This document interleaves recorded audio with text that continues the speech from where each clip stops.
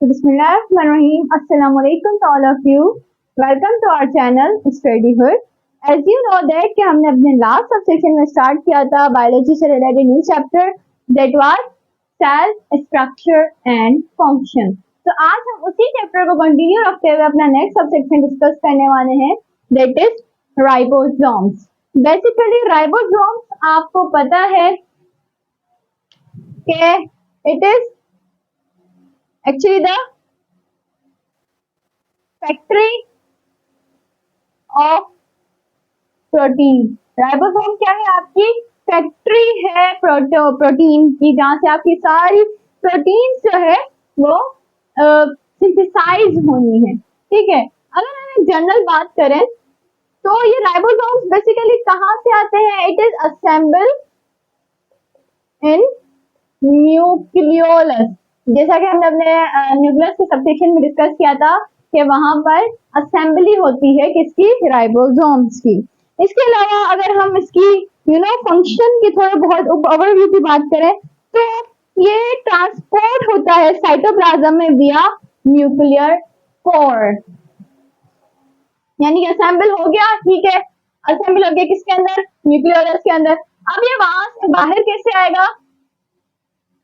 Transport विया किसके जरिए? न्यूक्लियर पोर्स के जरिए। ओके जी, न्यूक्लियर पोर्स के जरिए ये बाहर आ जाएगा। कौन? आपके राइबोसोम्स। ठीक है जी, समझ आ गई बात। अब इसके लोकेशंस की बात करते हैं तो बेसिकली ये जो है वो 10% लोकेशन वाइज अगर हम बात करें तो 10% तक ये फ्रीली फ्लोटिंग कर रहा होता है। फ्रीली फ्लोटिंग किसके अंदर? In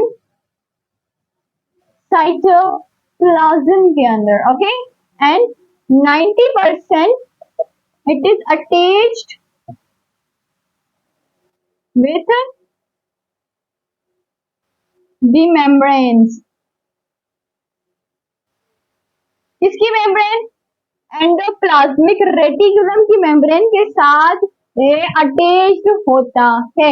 but in a normal case, in case जिसके अंदर जो सिंथेसाइज प्रोटीन सिंथेसाइज जिसके अंदर ज्यादा से ज्यादा होती है, ऐसे सेल्स के अंदर ये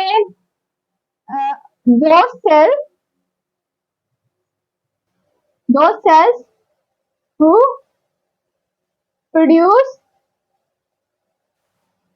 अगर हम बोले मैनी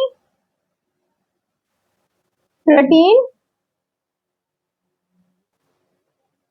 हैव राइबोसोम्स। कितने परसेंट तकरीबन अगर हम डिस्कस करें तो 99% जो इनके राइबोसोम्स होते हैं वो अटैच होते हैं विथ मेम्ब्रेन। इनके जो 99% तक राइबोसोम्स जो होते हैं वो अटैच्ड होते हैं किसके साथ? विया मेम्ब्रेन। किसी भी मेम्ब्रेन के साथ पर्टिकुलरली ये अरेंज्ड होते हैं और अटैच्ड होते हैं। सॉरी, इसके अंदर जो सेल्स जो है वो प्रोटीन ज्यादा से ज्यादा प्रोड्यूस करते हैं ऐसे सेल्स के अंदर। अब अगर हम इसकी केमिकल कंपोजिशन की बात करें,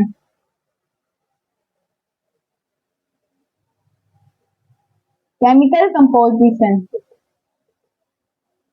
क्योंकि हमें पता है, आपको पता है कि हमें क्या क्या चीजें डिस्कस करनी थी। हमें सबसे पहले उसका स्ट्रक्चर डिस्कस करना था, उसके बाद उसके फंक्शन। तो इसका स्ट्रक्चर यानी कि इसका बेसिकली केमिकली ये किससे कंप्राइज हुआ है? ये राइबो न्यूक्लियोप्रोटीन से कंप्राइज हुआ है हमारे पास। राइबो न्यूक्लियो प्रोटीन यानी RNA plus protein comprise to form a particular ribosomes. ठीक है, बेसिकली अगर RNA और प्रोटीन की बात की जाए तो it is also present in the nucleolus forming a particular nucleosomes. ठीक है, ये हो गई इसकी बात केमिकल कंपोजिशन। अगर हम स्ट्रक्चर की बात करें, इसका जो स्ट्रक्चर है, इसकी जो अपीयरेंस है किसकी? राइबोसोम की, हमारे पास वेरिएशन आ जाती है। एक तो प्रोकैरियोट, दूसरा यूकैरियोट्स। अब प्रोकैरियोट्स के अंदर अगर आपको पता हो तो ये 70 एस तक साइड मौजूद होता है इन द साइड्स, और यूकैरियोट्स के अंदर ये 80 एस तक मौजूद होते हैं। अब आपको पता है कि जो राइबोसोम है, it is mainly comprise of two subunits. First one is a larger subunit, second one is smaller सब यूनिट।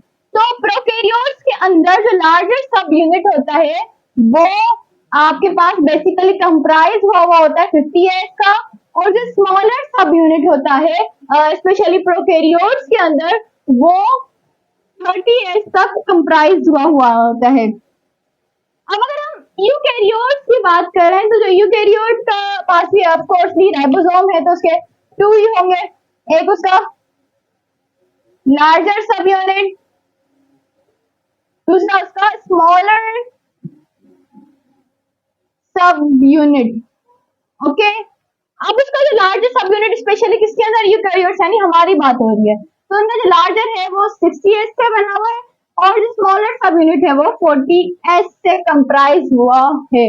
अब आपका क्वेश्चन ये होगा कि अगर इन केस ये 50S से इसका लार्जर सब यूनिट कंप्राइज हुआ है और स्मॉलर सब यूनिट इसका 30S से कंप्राइज हुआ है, तो आंसर मी कि ये 50 और 30 तो 80 होते हैं, यहाँ पर 70 क्यों हो रहे हैं? अगर हम पर्टिकुलर शेप ड्रॉ करके देखें, see it is a larger सब यूनिट और ये है आपका स्मॉलर सब यूनिट। अब आप देख रहे होंगे कि यहाँ पर हुई है राइबोसोम की ओवरलैपिंग, दैट्स व्हाई जो उसका 10S है वो उस ओवरलैपिंग में उसका वो पार्ट हमारे पास डिक्लाइन हो चुका है, इसीलिए वो काउंट नहीं हो रहा या वो मेजरमेंट में हमारे पास नहीं शो हो पा रहा। ठीक है, दैट्स व्हाई जो प्रोकैरियोट्स के अंदर जो राइबोसोम्स हैं वो 70S के हैं, और यूकैरियोट्स के अंदर जो राइबोसोम्स हैं वो आपके पास बेसिकली 80S के हैं। ये तो बात हो गई इसके स्ट्रक्चर की। अब एक जनरल टर्म्स हैं वो डिस्कस कर लेते हैं कि राइबोसोम जो अटैच होते हैं mRNA के साथ वो थ्रू द स्मॉलर सब यूनिट के साथ अटैच होते हैं जब वो पॉलीपेप्टाइड चेन बना रहा होता है। आपको पता है जो आरएनए के मॉलिक्यूल होते हैं are attach with smaller subunits, RNA are attach with smaller subunits. कब अटैच होकर बाहर निकलता है, जब when they are forming polypeptide chain।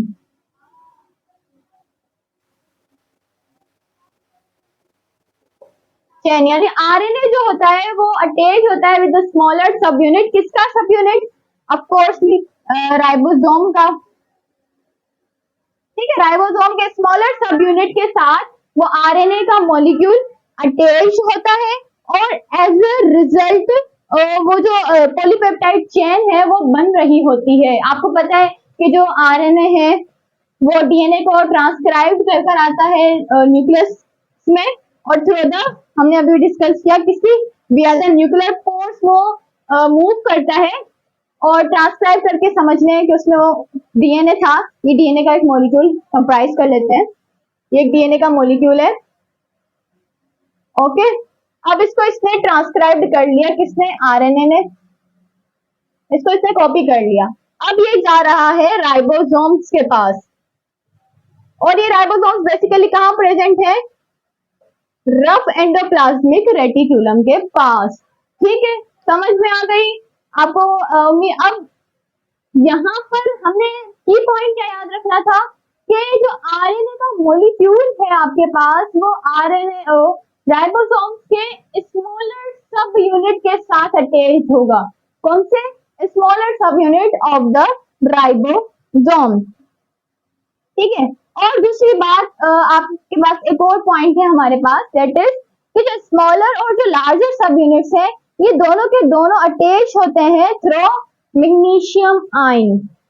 इनकी जो अटैचमेंट होती है लार्जर की, स्मॉलर सब unit are attached together via magnesium ion. Magnesium ion की वजह से इन दोनों की अटैचमेंट होती है, किसकी किसकी? लार्जर की और स्मॉलर की। तो ये भी आपसे क्वेश्चन पूछा जा सकता है कि बताएं कि जो आरएनए सॉरी राइबोसोम्स की जो लार्जर और सब स्मॉलर सब यूनिट है, अगर वो ओवरलैपिंग कर ही रहे हैं तो वो कौन सी चीज है जो ग्लू का काम कर रही है इन दोनों के दरमियान? Of course it is magnesium ion. ठीक है, आई होप कि आपको ये जो चीज है वो समझ में आ चुकी होगी। Now let's move to the functions of the ribosomes. तो सबसे पहला जो फंक्शन है आपको पता है राइबोसोम्स का, वो क्या है कि ये प्रोटीन के सिंथेसिस करवाता है बाय ट्रांसलेशन। ट्रांसलेशन के थ्रू प्रोटीन सिंथेसिस करवाता है थ्रू ट्रांसलेशन ऑफ पॉलीसोम्स। पॉलीसोम्स यानी कि जो आपके पास प्रोटीन बननी है, जो प्रोटीन का मॉलिक्यूल बनना है, उसके साथ जो ग्रुप ऑफ राइबोसोम्स अटैच होते हैं एमआरएनए के साथ, उसको हम पॉलीसोम बोलते हैं। ठीक है जी, आपको समझ में आ गया कि राइबोसोम का बेसिकली फंक्शन हमने सबसे पहला डिस्कस किया कि वो प्रोटीन की सिंथेसिस करवाता है, सबको पता है। अब जैसा कि हमने डिस्कस किया था कि राइबोसोम्स हमारे पास जो फ्रीली अटैच साइटोप्लाज्म में घूम रहे हैं, वो क्या काम करवाएंगे? अगर वो प्रोटीन सिंथेसिस करवा ही रहे हैं तो वो कौन से एरास है या वो कौन से एरियास हैं जहां पर उसकी प्रोटीन जानी है? सबसे पहले राइबोसोम्स की पता है आपको, एक फ्रीली मूविंग है, एक अटैच्ड है। ठीक है जी, ओके, समझ आ गई बात। दूसरी बात कि दोनों का काम क्या है? प्रोटीन सिंथेसिस करवाना। ऑफ कोर्स ये भी प्रोटीन की सिंथेसिस करवाएगा। इसका एक ही काम है राइबोसोम का, प्रोटीन की सिंथेसिस करवाना। अब आपने इसके रिलेटेड जो एमसीक्यूज वो किस तरह से याद रखने हैं कि जो प्रोटीन की सिंथेसिस हो रही है इन दोनों के जो दोनों कर रहे हैं, फ्रीली हो या राइबोसोम या किसी के साथ अटैच्ड हो, तो वो बेसिकली जो प्रोटीन की सिंथेसिस कर रहे हैं वो आगे जाकर जानी कहाँ है, किस एरिया में जाकर इसने अटैक करना है, तो वो आपने याद रखना है। अब जो राइबोसोम्स है जो फ्रीली है, ठीक है, अब वो जो प्रोटीन की सिंथेसिस करेंगे उसमें फर्दर वो जाएगी प्रोटीन न्यूक्लियस के अंदर, क्योंकि न्यूक्लियस के अंदर भी तो प्रोटीन की नीड पड़ सकती है। दूसरा वो जाती है पेरोक्सिसोम्स के अंदर, हमने अपने सेक्शन में डिस्कस किया था पेरोक्सिसोम के। और तीसरी बात, वो प्रोटीन जाती है माइटोकॉन्ड्रिया के अंदर। ये तीन ऑर्गेनेलीज को आपने बिल्कुल रट लेना है कि जो फ्रीली मूविंग ऑर्गेनेलीज हैं, जो फ्रीली मूव कर रही है साइटोप्लाज्म के अंदर, जो वो प्रोटीन जब वो सिंथेसिस करेंगी तो वो बेसिकली प्रोटीन जाएगी कहाँ कहाँ? न्यूक्लियस के अंदर, पेरोक्सिसोम्स के अंदर, माइटोकॉन्ड्रिया के अंदर। ठीक है, ये तीनों ऑर्गेनेलीज आपने याद रखनी है। इसके अलावा अगर हम बात करें कि प्रोटीन सिंथेसिस जो अटैच राइबोसोम से, अगर वो प्रोटीन की सिंथेसिस करेंगे तो वो कहाँ कहाँ जाएंगी? आपके लाइसोसोम्स के अंदर। और फिर आपको पता है लाइसोसोम्स में ऑटोफेगी करवानी है, फेगोसाइटोसिस करवाना है, जो हमने अपने लास्ट सेक्शन में डिस्कस भी कर लिया। और लाइसोसोम के बाद वो फिर और कहाँ जा सकती है? और वो मे भी मेम्ब्रेन से बाहर चली जाए, उसकी सीक्रेशन करवा दी जाए, क्यों? क्योंकि एक्सटर्नल ऑफ द सेल भी तो नीड पड़ सकती है ना, तो उसकी सीक्रेशन हो जाए। ठीक है, और आपके जो मेम्ब्रेन है, ठीक है, उसमें भी तो नीड पड़ सकती है, तो ये मेम्ब्रेन में भी एसोसिएट रह सकती है, ये मेम्ब्रेन में भी हेल्प आउट कर सकती है। आई होप आपको ये बात अच्छे से समझ आ गई होगी, ठीक है। अब हमने एक रिलेटेड टर्म डिस्कस किया था, पोलीसोम, जो हमने आपको बताया था कि जो ना राइबोसोम्स के साथ जब एमआरएनए अटैच होता है तो हम उसे पोलीसोम्स कहते हैं। क्या कहते हैं? पोलीसोम्स। कब बोलते हैं इसे हम? जब एमआरएनए जो है आपका वो अटैच होता है विथ आपके राइबोसोम्स के साथ। स्पेशली कौन से राइबोसोम्स के साथ? स्मॉलर सब यूनिट ऑफ द राइबोसोम के साथ वो जब अटैच हो जाता है तो फिर अगर वो पोलीसोम एंडोप्लाज्मिक रेटिकुलम के साथ अटैच है या नहीं है, अटैच विथ, या अगर नहीं है या है, वो डिपेंड करता है उसकी। अगर वो एंडोप्लाज्मिक रेटिकुलम के साथ अटैच नहीं है तो ऑफ कोर्स ये आपको पता है कि वो राइबोसोम्स क्या होंगे? फ्रीली मूविंग होंगे। अगर वो अटैच्ड राइबोसोम से यानी कि अटैच्ड है तो वो एक्चुअली वो होंगे आपके पास मेम्ब्रेन एसोसिएटेड। और मेम्ब्रेन एसोसिएटेड के साथ हमने ये सारे फंक्शंस डिस्कस कर लिए और फ्रीली मूविंग के साथ हमने डिस्कस कर लिए। तो आप इन राइबोसोम्स को राइबोसोम्स के नाम से भी क्लेरिफाई कर सकते हो, यहाँ आप उसको पोलीसोम्स से अगर बोले तो पोलीसोम बेटर वर्ड रहेगा। क्यों? क्योंकि जो ट्रांसक्राइब होकर जीन जब बाहर आता है तो in the form of the polysome आता है, उसी की वजह से ही फर्दर वो फिर प्रोटीन की सिंथेसिस होनी है, ठीक है। पोलीसोम में क्या क्या आ जाता है आपका? एक एमआरएनए और दूसरा राइबोसोम का मॉलिक्यूल जो एंडोप्लाज्मिक रेटिकुलम के साथ अटैच है। अगर वो फ्रीली फ्लोटिंग कर रहा है साइटोप्लाज्म के अंदर तो वो प्रोटीन का सिंथेसिस करेगा, वो आपके पेरोक्सिसोम्स के पास जाएगी, न्यूक्लियस के पास जाएगी और माइटोकॉन्ड्रिया के पास जाएगी। इन केस अगर वो मेम्ब्रेन के साथ किसी एसोसिएटेड है, ठीक है, फिर जो आपके पास प्रोटीन सिंथेसिस होगी उसका फंक्शन क्या होगा? वो कहा जाएगी मेम्ब्रेन। तो इसी भी मेम्ब्रेन के पास वो जा सकती है, लाइक सेल मेम्ब्रेन के पास ही जाएगी क्योंकि वहां पर भी काफी सारे प्रोटीन की नीड है। अगर वो सेल से बाहर किसी प्रोटीन की जरूरत हो तो वो सेल से बाहर चली जाएगी, मे बी वो ब्लड के साथ फ्लोट करे कि कहीं और सेल की जरूरत तो नहीं। इसके अलावा वो लाइसोसोम के अंदर भी जा सकती है, ठीक है। तो यहाँ तक था हमारा पूरा का पूरा section related with the ribosomes. I hope कि आपको ये सारा का सारा सेक्शन अच्छे से समझ आ गया होगा। तो अब मिलते हैं अपने नेक्स्ट सेक्शन में, तब तक के लिए अल्लाह हाफिज।